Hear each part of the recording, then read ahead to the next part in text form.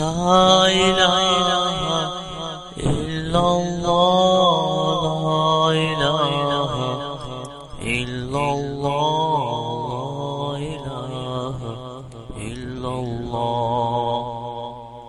بسم اللہ الرحمن الرحیم.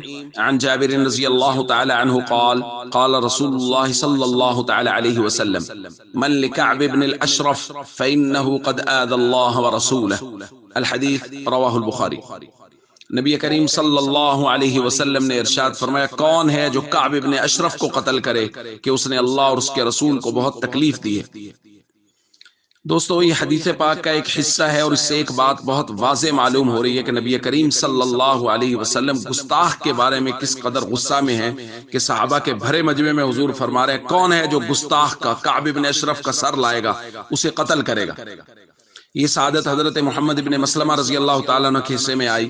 انہوں نے عرض کیا، رسول اللہ میں جاؤں گا. پھر اس کے بعد انہوں نے تدبیر سوچی. یہ کعب بن اشرف کے پاس گئے، چونکہ ایک دوسرے کو انصار اور یہود جانتے تو تھے ہی. انہوں نے کہا ہمارے پاس غلہ ختم ہو گیا، ایک وسق یا دو وسق غلہ ہمیں دے دیں. اس نے کہا کوئی چیز گارنٹی رہن کے طور پہ رکھو، اپنی عورتیں رکھو. آپ اس کی فطرت دیکھیں کعب بن اشرف کی.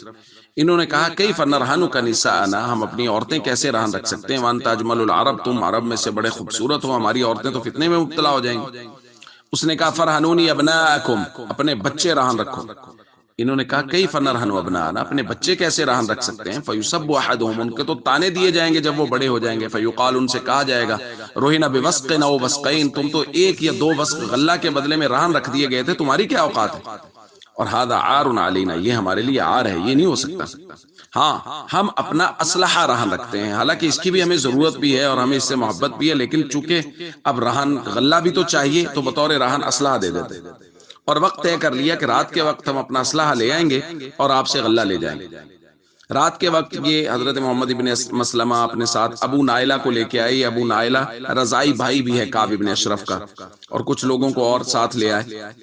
انہوں نے آ کے آواز دی، گو کہ کعب ابن اشرف کی بیوی نے روکا کہ نہ جائیں، رات کا وقت ہے اور یہ لوگ جو آواز دے رہے ہیں اس میں کوئی خیر بھی معلوم نہیں ہو رہی. تو اس نے کہا نہیں، یہ تو میرے دوست ہیں، بھائی ہیں. نیچے اتر آیا تو حضرت محمد ابن مسلمہ نے اس سے کہا کیا ہی خوشبو لگائی ہوئی ہے، کتنی عمدہ خوشبو ہے، میں سونگھ سکتا ہوں؟ تو چونکہ عام طور پہ وہ مانگ میں خوشبو لگاتے تھے تو سر کو پکڑ کے قریب کر کے سونگنا ہوتا تھا. تو سر کو پکڑ کے خوشبو کو سونگا، پھر کہا ہاں کیا ہی خوشبو ہے. دوبارہ پھر سونگنے کا کہا اور اپنے ساتھیوں کو پہلے سے کہہ رکھا تھا. جب اس کا سر زور سے پکڑ لیا تو ساتھی کو اشارہ کیا تو اس نے تلوار کا وار کر کے گستاخ رسول کا سر تن سے جدا کر دیا. یہ صحابہ کا طریقہ ہے، اور حضور کی خدمت میں آ کے حضور کو خبر دی اور حضور علیہ السلام نے اس بات پہ خوشی کا اظہار کیا. تو دوستو، صحابہ نے ہمیں یہ بتایا، صحابہ کے واقعات سے ہمیں یہ بات معلوم ہوتی، ہمیں ملتی ہے نبی کریم صلی اللہ علیہ وسلم کی تعلیمات سے کہ جو شخص نبی پاک صلی اللہ علیہ وسلم کا گستاخ ہے اسے جینے کا کوئی حق نہیں ہے، اس کا سر تن سے جدا ہونا ہی چاہیے.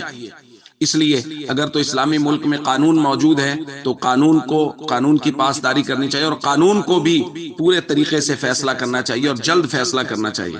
اور جہاں قانون موجود نہیں ہے اور جو لوگ ان کو بے لگام چھوڑے ہوئے ہیں، مسلمانوں کو لگام دینا آتا ہے اور مسلمان لگام دے رہے ہیں. آج ہمیں جو کرنا ہے، جیسے میں نے کل درخواست کی تھی، جب تک ہمارا ہاتھ ان کی گردنوں تک نہیں جاتا ہم جو کر سکتے ہیں وہ کریں. ان کے پروڈکٹ کا بائیکاٹ کریں اور اس کیمپین کو آگے چلائیں. السلام علیکم ورحمۃ اللہ وبرکاتہ.